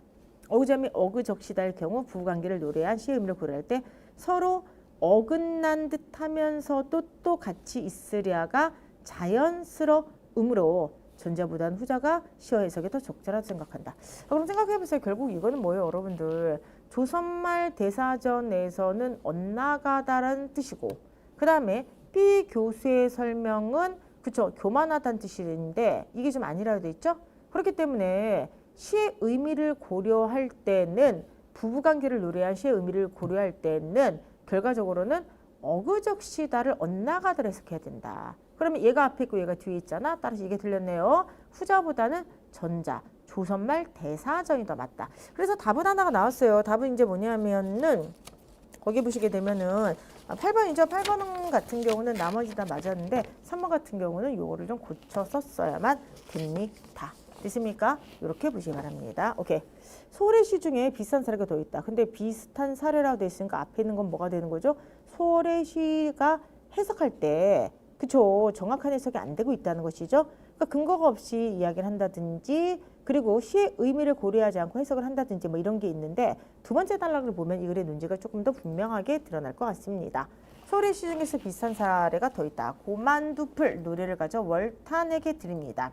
는 월탄 박종화 선생을 생각하면서 쓴 시다.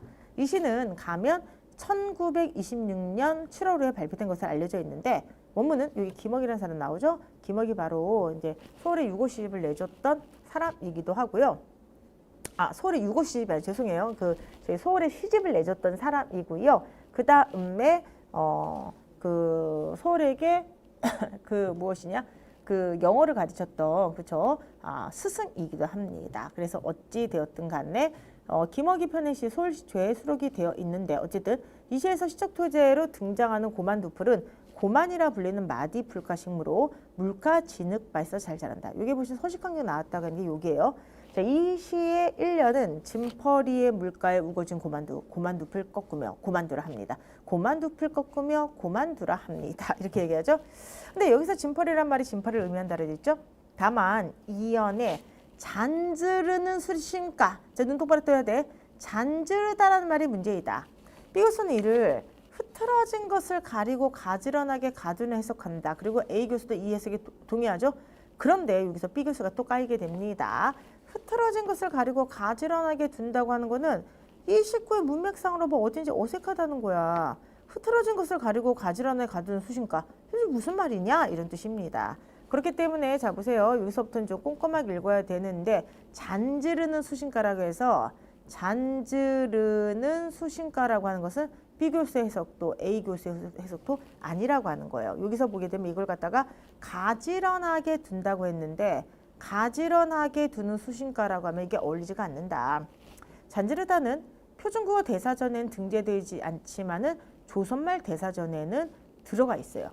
근데 조선말 대사전에는 잔지르다 대신에 이와 비슷한 잔주르다와 잔즈리다 눈 똑바로 뜨지 않으면 헷갈려. 그래서 이거는 다시 한번 써보도록 할게요. 잔주르다 여기 주라고 바꿨네. 잔즈리다 이렇게 등재되고 있는데 전자가 또 나옵니다. 이건 조심스럽게 더듬적거리면 머뭇거리다란 뜻이에요.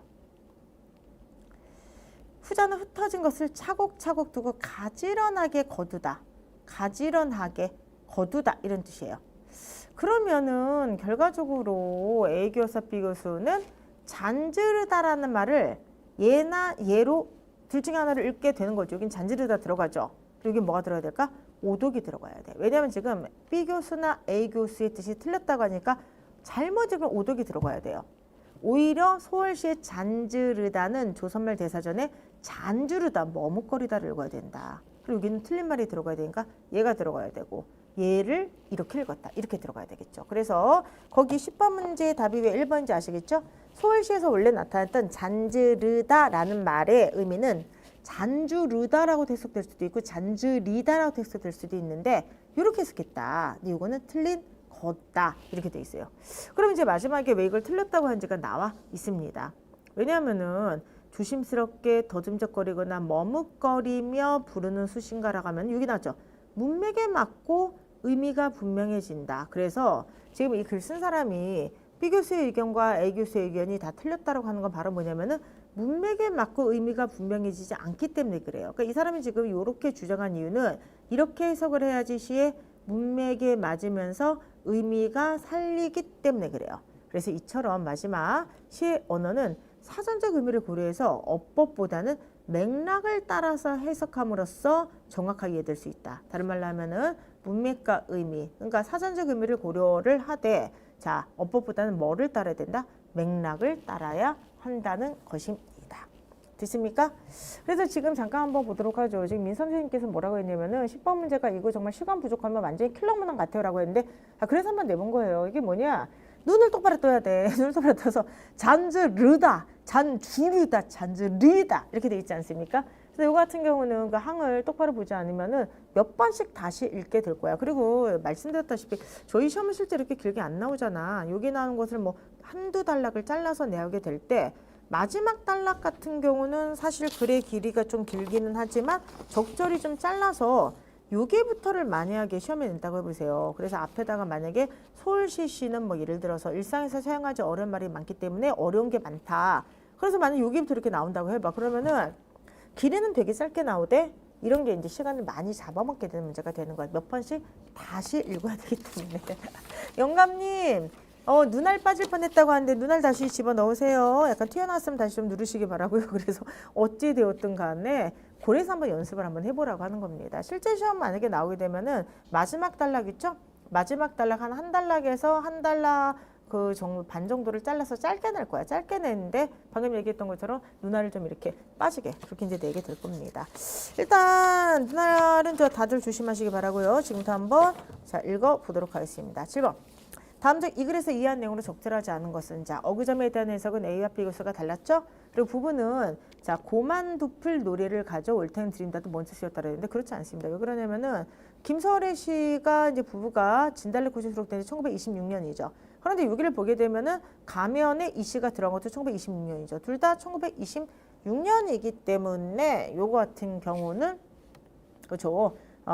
먼저 쓰였다고 볼 수가 없어요. 그러니까 이거는 알 수 없습니다. 그냥 단순하게 1926년이란 것만 나왔지 알 수가 없는 거죠. 그렇기 때문에 정답은 몇 번? 2번이 되겠습니다. 됐습니까? 3번에 고만두풀 노래를 가져 올 테는 드립니다. 1년에 고만두풀에 서식한 게 나온다. 아까 얘기했죠? 그리고 요건 요거에 실려 있다. 이렇게 보시면 되겠습니다. 이제 여러분들 그다음 8번 한번 해보도록 할까요? 기억과 리을 중 어색한 부분을 찾아 적절하게 수정한 것은 뭐냐? 아까 얘기했죠? 전제후절을 바꿔야 된다 그랬습니다. 나머지는 다 제대로 썼기 때문에 맞고요. 8번은 아까 설명드렸던 것으로 대치를 하도록 하겠습니다. 정답률이 얘가 지금 70%뿐이 안 나와. 그러니까 요건 제가 볼 때 아무래도 시간 부족 문제가 아니었을까 생각을 하고 있고요. 얘는 뭐 괜찮게 나왔어요. 82%가 나왔습니다. 근데 이제 문제는 9번인데 9번이 정답률이 되게 낮는데 요거 이제 다 읽고 나니까 어떻게 좀 이해가 되시겠어요? 지금부터 9번 한번 해보도록 할게요. 자, 평가를 적절한 것을 한번 찾아봐라. 한번 해보죠. 시의 의미는 작품 안에서 고정된 것이 아니라 독자에 따라 다양하게 형성된다. 이렇게 돼 있어요. 근데 이거 보세요. 이 글의 내용이 약화된다 돼 있잖아요. 여러분들. 자, 그럼 보도록 합시다. 지금 이 글은 지금 어떻게 지금 얘기하는 거죠? 그렇죠. 보시면 이게 약간 좀 헷갈릴 수는 있을 것 같은데 지금 이 사람이 지금 해석의 다양성을 얘기하는 게 아니야. 그래서 약간 이거 정답 이렇게 낮게 나온 걸 보니까 약간 헷갈릴 수가 있겠다는 생각이 좀 들더라고요. 자, 어쨌든 자 여러분들 우리가 1일 1독을 공부한 이유는 다양한 질문을 읽어보고 다양한 문제를 푸는 거야. 그렇지? 그렇기 때문에 여러분들께서 이 문제를 맞다 틀리다를 얘기하는 게 아니라 이런 문장이 나왔을 때 이러한 글이 나왔을 때 본인이 어떻게 글을 읽었는지 한번 생각을 해보세요. 지금 이 글을 대표적으로 잘못 읽은 게 아마 그 내용일 거예요. 이 글을 쓰신 분 있죠? 이 글을 쓴 저자가 다양한 해석을 인정한다라고 읽으면 이거는 안 돼요. 왜 그러냐면은 지금 이 사람 지금 뭐라고 얘기하냐면 야 김소래에서 그동안 A 교수가 이렇게 해석하고 B 교수가 이렇게 해석하는데 근거 있어? 근거 없잖아. 근데 나는 다른 근거 가져왔어. 그러면서 얘기하는 게 바로 뭐죠? 야 사전을 근거로 이런 단어가 있는데 이것을 근거로 봤을 때 특히 맥락을 봤을 때 여기 뭐죠?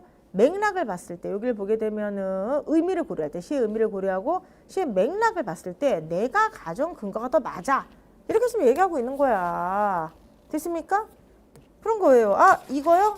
지금 황현수님께서 강의 자료 출처를 얘기했는데 이거는 혹시 권영민 선생님이라고 아세요? 서울대학교 교수님이신데 그분의 이거는 논문에서 가져온 겁니다. 논문에서 가져왔어요. 그러니까 저희가 왜 그러냐면 꼭 논문에서만 가져오지 않고요. 칼럼에서도 가져오고요. 신문 기사도 많이 써요. 신문 기사 칼럼도 많이 쓰고요. 그다음에 그래서 저희 이거 다 저작권료 다 드려요. 그러니까 저작권 협회에서 칼럼이나 신문 기사나 아니면은 뭐 이렇게 생존 작가 저작권이 끝나지 않은 분들에게는 다 저작권료를 드리게 돼 있거든요. 여기서도 나고요. 그다음에 수능 지문이나 뭐 리트 지문이나 가끔 가면 피셋 지문에서도 변형해서 씁니다. 변형해서 쓰기도 하고요.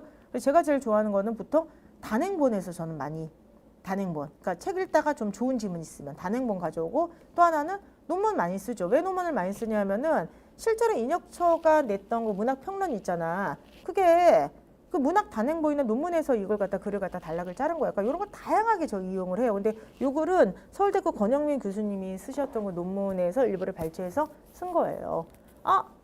다 저작권 냅니다. 그래서 저희 1년에 저작권을 당연히 내고 그래서 저희 이런 얘기를 제가 왜 드리냐면은 저희 모의고사를 보든 저희 책을 보든 간에 문제마다 뒤에 실제로 출판되면 맨 위에 다 출전을 써놔요. 하다못해 뭐 수능 문제를 변형하더라도 이게 뭐 2000 몇 년도 몇 년 문제를 변형했다고 출처를 다 써놔요. 왜 그러냐면은 첫 번째는 그냥 이제 문제를 이렇게 막 만든 게 아니다. 고심해서 다 이게 변형을 하더라도 출처를 써놓으니까 그래서 만든 거라는 것도 알려주고 또 하나는 저작권을 제대로 내기 위해서도 이거 다 써놓습니다. 저희가 그렇게 합니다. 그래서 어쨌든 간에 다 이거 출처 저희는 어쨌든 써놔서 굉장히 다양하게 하고요. 그래서 그 논문 베이스 있잖아. 거기도 유료 이용료 내가지고 논문 베이스 가서 논문에서도 많이 찾아와요. 근데 이거 논문에서 찾는 게 왜 그러냐면 실제 인혁처에서 지금 내는 지문이 다 이런 걸 쓰고 있는 것 같아. 쓰고 있는데 특히 단행본에서도 가져오고 칼럼에서도 가져오고 논문에서도 가져오고 옛날 지문을 또 응용해서도 쓰더라고요. 왜냐하면 저희가 이제 인혁처가 문제를 발표하잖아요. 그럼 그 문제를 가지고 그 지문을 저희는 다 돌려봐요. 다 돌려. 어떻게든 찾아내려고. 그러면은 똑같진 않은데 비슷한 지문이 나옵니다. 근데 거기를 보면 대부분 뭐 옛날 기출 변형도 있고요. 단행본도 있고 여기도 있어요. 요것도 있고 일부 지문은 이런 지문을 바탕으로 출제자가 약간 문장을 갖다가 이렇게 새로 썼다는 느낌을 갖고 있는 지문도 있습니다. 저희가 그런 방식으로 만드는 거예요. 하여간 그렇습니다. 그래서 어찌 되었든 간에 미리 읽어보고 오려고? 그런 건 안 돼. 자, 현수님 의지는 굉장히 대단합니다만 수험은요 시간 싸움이에요. 그래서 제가 이제 이런 말씀을 드린 이유가 왜 그러냐면은 여러분들의 시간을 절약하기 위해서 제가 존재하고 연구소가 존재하는 거예요. 돈은 제가 쓰는 거야. 그렇기 때문에 여러분들은 그러면 안 돼요. 그렇기 때문에 여러분들은 이 압축된 자료를 봐서 강의 자료, 학습 자료를 봐서 시간을 절약한 전략을 쓰셔야 되고요. 그거를 도와드리는 게 저나 저희 연구소가 그런 작업을 하는 거예요. 아시겠죠? 그래서 그쵸. 지문을 미리 이렇게 하다기 보니까 미리 읽고 온다기보다 그 의지는 되게 높이 사되 제일 중요한 거는 가공된 학습 자료, 이 시험에 만든 자료를 보시고 오는 게 더 좋다고 하는 거죠. 그래서 제가 늘상 얘기를 드리는 게 제가 지금 가르치고 있는 게 공문 구급 시험이기 때문에 이런 자료를 쓰는 거고 제가 만약에 다른 시험을 가르치면 또 다른 자료를 쓰고 조금 더 다르게 이걸 변형을 하겠죠. 자, 어쨌든 간에 그렇습니다. 그래서 여러분들 어쨌든 이건 어쨌든 권영민 선생님의 글이 돼요. 근데 어쨌든 교수님의 글이 됩니다. 어쨌든 간에 그래서 이거 다시 한번 보세요. 다시 이쪽 지문으로 돌아와서 이거를 대표적으로 잘못 오독하게 되면 뭐가 되냐면 다양한 해석을 갖다가 이렇게 존중한다처럼 보이는데 아니거든요. 이제 무슨 말인지 아시겠죠? 야 A 교수, 야 B 교수, 니들 해석이 좀 잘못됐어. 내가 지금 새로운 근거를 가져왔으니까 내 근거에 맞춰서 이 시를 해석해봐. 그럼 내 근거는 뭐냐면은 정확하게 사전적인 어떤 의미도 있어. 근데 그 사전이 표준국어 대사전 아니고 뭐 조선말 사전도 있고 이래. 근데 어쨌든 나는 시의 맥락, 실의 맥락과 의미를 고려해서 해석해. 내 해석이 더 맞아. 이런 거예요. 그렇기 때문에 자 보도록 합시다. 자 가를 한번 보도록 합시다. 가는 뭐죠 여러분들? 자, 이 사람 지금 그렇게 얘기하는 거예요. 내 해석이 맞아. 이렇게 얘기를 한 거죠. 그랬더니 갑자기 뭐라고 하냐. 선생님, 시어의 의미가 작품 안에서 고정된 게 아니라 다양하게 독재에 따라 형성된다면 이 사람들의 생각도 맞고 제 생각도 맞는 거잖아요. 무조건 이게 맞는 건 아니잖아요. 라고 얘기를 했다고 합시다. 그럼 당연히 뭐가 되죠? 이 글의 내용은 약화될 수밖에 없는 거죠. 됐습니까? 그러니까 이건 전체의 그 맥락을 좀 잘 좀 고려를 해야 될 것 같습니다. 됐습니까? 그리고 두 번째. 표준국어 대사전이 시어 해석의 최종 기준으로 기능해야 한다. 이렇게 되어 있다고 합시다. 그건 뭐야? 이 사람 지금 반박하고 있는 거죠. 이 사람은 계속 얘기하는 게 뭐죠? 표준국어 대사전은 없는데 내가 다른 사전 가져왔어. 이렇게 얘기를 하죠. 근데 갑자기 야 표준국어 대사전에 그 내용이 시어의 최종 기준이 돼야 돼 라고 만약에 이야기를 했다고 합시다. 자 그럼 이거는 뭐가 되는 거예요 여러분들? 그렇죠. 적어도 강화는 아니겠죠. 강화되진 않죠. 이 사람은 표준국어 대사전을 근거로 해서 시어 해석하고 있지 않아. 그럼 얘는 X가 되겠죠. 그럼 마지막 3번 세 번째를 한번 해보도록 하죠. 문학 텍스트의 의미는 문법적 의미를 넘어 전체 담화의 맥락 속에서 발생한 다 이렇게 돼 있어요. 자 담화라고 돼 있는데 여기 문법적 의미를 넘어 담화의 맥락이죠. 그럼 여기 마지막에 나왔잖아. 지금 뭐가 나왔죠 여러분들? 시어를 해석할 때 여기 어법보다 맥락에 따라 해석해라. 이렇게 나와 있지. 계속해서 맥락을 보라고 얘기하고 있잖아. 그래서 맥락에 따라 해석하면은 A 교수, B 교수가 틀리다는 거잖아. 그러니까 문학 텍스트의 의미는 맥락에서 발생한다. 이렇게 돼 있죠. 그럼 이 글의 내용과 일치되죠. 그러면은 이거 맞게 됩니다. 그러면 자 봅시다. 이거 소거법으로 푼다고 하더라도 다는 무조건 맞아야 되지. 그렇지? 근데 이 사람 지금 표준국어 대사전의 내용으로 지금 얘기하고 있는 게 없죠. 그러니까 나를 얘기하는 게 없죠. 그렇죠? 그러니까 이거 강화되지 않잖아. 그러니까 강화되는데 나를 무조건 빼야 되죠. 그럼 다는 무조건 들어가고요. 나를 무조건 뺀다고 합시다. 그렇죠? 그러면은 나를 무조건 빼게 되면은 답은 적어도 2번과 3번에서 골라야만 되는 거죠. 되십니까? 그래서 가가 좀 어려웠을 것 같네요. 그래서 9번의 답은 3번이 됩니다. 9번에 한번 정답률을 좀 보도록 하면은 그러네. 2번을 좀 많이 찍으셨네. 그렇죠? 2번 이거 어떠세요? 무슨 말씀인지 아시겠죠, 여러분들? 그래서 이게 약간 여러분들이 너무 많이 틀리니까 약간 애매한 게 좀 있네요. 그러니까 이게 뭐냐면은 저희가 원래 문제를 좀 만들 때는 어떤 뜻이었냐면은 문제 만들 때는 결과적으로 이 글을 썼던 사람도 지금 A 교수와 B 교수를 비판하면서 내 의견이 맞아. 이렇게 지금 얘기를 하는 거예요. 그렇죠? 그런데 지금 보시게 되면은 요거는 자, 고정된 것이 아니라 독재에 따라 다양하게 형성된다라고 했을 때 독자라고 하는 제3의 항이 나와서 여러분들이 조금 많이 헷갈리셨던 것 같아요. 그렇게 많이 헷갈리신 걸 보니까 이 가선지가 그렇게 좋다는 느낌이 좀 안 드네요. 선생님 뭐예요? 선생님이 만들어 놓고 선생님 비판하면 어떡합니까? 그러니까 제일 좋은 그 문제는 뭐냐면 지금 시험에서는 만약에 틀리려고 제가 킬러를 만들어도 50에서 60%의 정답률이 좀 좋은 문제예요. 근데 이 정답률이 지금 30%뿐이 안 나왔다는 거야. 그러면 이거는 너무 많은 학생분들이 이 의미를 다르게 해석했다는 거거든요. 그러면 이건 약간 문제를 만들 때에 이 선제 선택에도 약간 단어를 구성할 때 저희도 좀 문제가 있었던 것 같습니다. 그쵸. 지금 정장님께서 되게 올바른 얘기를 했네. 이 글에서 이 글에서는 교수의 내용을 반박한 거라 독자는 너무 멀리 간 게 아닌가 싶었다. 그래서 이거는 좀 무관이라 생각할 수도 있다라고 했는데 문제 제기 좀 받아들이겠습니다. 그래서 이거는 문제 오류가 아니라 조금 더 약간 문제를 좀 고치는 게 좋을 것 같아요. 이거 좀 고치도록 할게요. 라이브에게 묘미죠. 그래서 여러분들이 이거 풀면서 그쵸? 문제 제기할 거 있으면 얘기를 해주세요. 그래서 제가 볼 때 오류는 아니야. 오류는 아니고 그리고 솔직히 여러분께서 지금 여기에 꽂히셨지만 지금 솔직히 얘기해봐. 이 글을 다양한 해석 방법을 읽으시는 분이 더 많잖아. 그렇지 않아요? 근데 제 설명 드리니까 이해가 되시겠죠?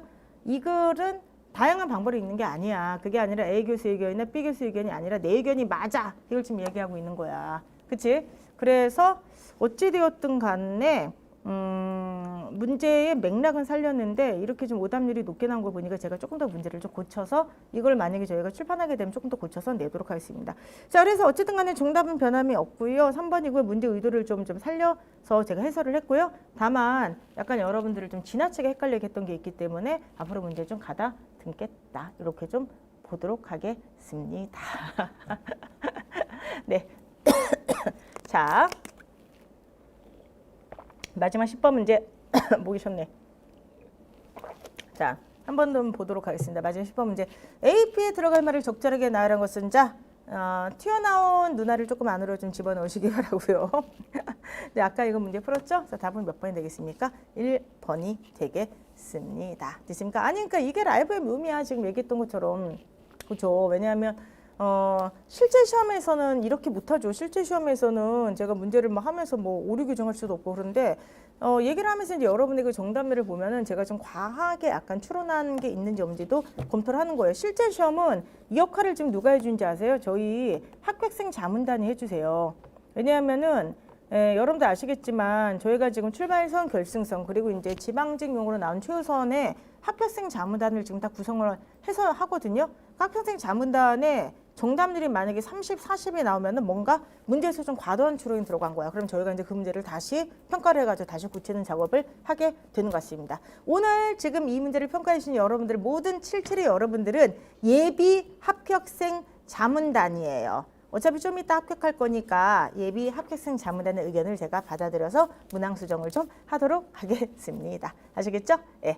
자, 그래서 10번의 답은 1번이 되겠습니다. 그리고 이 문단을 요약해서 꼭 하는 것도 꼭 한번 여러분께서 풀어보시기 바랍니다. 자, 지금까지 해서 여러분들과 함께 화면 전환해 주시고요. 네, 지금까지 해서 여러분들과 함께 한번 1일토까지 같이 풀어봤습니다. 근데 오늘 제가 이제 문학평론 이태준, 그 다음에 문학평론 또 하나 권영미 교수님의 그 논문에서 가져왔는데 소월에 대한 어떤 그죠 소월 김소월 시인에 대한 시어 해석의 그런 어떤 그 저자의 생각을 좀 다뤘던 문제를 한번 풀어봤는데 사실 이제 오늘 이 평론을 한번 가지고 온 거는 세세하게 읽는 연습을 좀 하기 위해서였습니다. 세세하게 읽는 연습을 하기 위해서인데 여러분의 또 어떻게 보면 날카로운 지적도 제가 반영해서 과도한 추론을 좀 약간 지양하는 그런 어떤 문제 수정까지 좀 제기를 했네요. 말이 좀 버버버 꼬였습니다. 오늘 시작부터 이제 여러분들과 함께 시작을 했는데 정답 입력이 잘못돼가지고 저도 아까 깜짝 놀라고 지금 그리고 여러분들 정답률을 보면서도 약간 좀 깜짝 놀라기도 했어가지고 마지막에 좀 버벅거리면서 이렇게 풀었는데 문학 얘기는 더 해드리고 싶어요. 정말 문학 작품이 나오지 않은 거에 대해서 개인적으로 저는 굉장히 아쉽게 생각을 해요. 왜 그러냐면은 문학 텍스트에 대한 이해는 문학은 단순 낭비나 이런 게 아니죠. 타인의 삶에 대한 이해잖아. 내가 경험하지 않는 상황에 나를 집어넣어서 감정이입을 해가지고 타인과 세계를 이해하는 과정으로서 있는 것이기 때문에 문학교육이라고 하는 것을 뭐 어떤 분들은 이거를 뭐 언어 능력 향상이라든지 아니면 문학교육을 모국어 능력 뭐 등등을 통해서 얘기하기도 하지만은 저는 문학에 대한 효용은 아리스토텔레스가 시작해서 얘기했던 그 감정이입이라고 하는 것과 카타르시스 이게 좀 제일 중요하지 않을까 생각을 합니다. 우리가 경험해 보지 않는 타인의 삶에 나의 감정을 대입해서 일치시키는 것. 이게 어떻게 보면 인류의 시발점이기도 하고 어떻게 보면은 타인에 대한 이해의 첫걸음이 아닐까. 그 역할을 문학 텍스트가 저는 한다고 생각을 하거든요. 근데 그런 문학 텍스트가 이제 시험에서 빠져서 개인적으로 굉장히 아쉽게 생각을 하지만 한편으로는 여러분의 학습 부담이 또 줄어들었기 때문에 또 뭐 긍정적인 측면도 분명히 있다 생각합니다. 어쨌든 간에 그런 문학 텍스트 분석에 대한 아쉬움을 지금 시험은 문학 평론 제재가 대신하고 있어요. 민혁처가 1차부터 시작해서 그 지방직까지 아시겠지만 문학 평론을 독해 제재로 되게 많이 사용을 합니다. 그렇기 때문에 제가 모의고사 때 지문 2개 정도는 문학평론으로 되도록 그 배치를 좀 하려고 노력을 하는데 오늘 한번 간만에 좀 긴 논문을 한번 읽어봤습니다. 어쨌든 간에 이런 문제가 바로 나오진 않겠지만 부분적으로 잘려서 나오겠지만 여러분의 독해력을 올리는데 큰 도움이 되었으면 좋겠습니다. 자, 어쨌든 간에 이제 오늘 여러분들과 함께 월요 라이브 새롭게 이제 시즌 시작하면서 첫 번째를 맞이하게 되었는데요. 지금부터는 제일 중요한 게 정말 다양한 문제를 풀고요. 약간 어려운 문제, 쉬운 문제를 번갈아가면서 풀면서 시간 단축을 위해서 정말 뛰어갈 때라 생각합니다. 우리 다음 주에도 제가 정말 다양한 문제 가지고 올 테니까 예리한 눈으로 평가해 주시기 바라고요. 시간 단축을 위해서 우리 끝까지 같이 달려보도록 하겠습니다. 일주일 동안 날씨가 매우 춥다고 해요. 건강 조심하시기 바라고요. 다음 주 월요일 날 또 좋은 문제 가지고 찾아뵙도록 하겠습니다. 월요일 날 뵐게요. 말이 좀 버벅거립니다. 월요일 날 뵙겠습니다. 다음 주 일요일이 아니라 월요일 날 뵙도록 합시다. 안녕. 안녕히 계세요.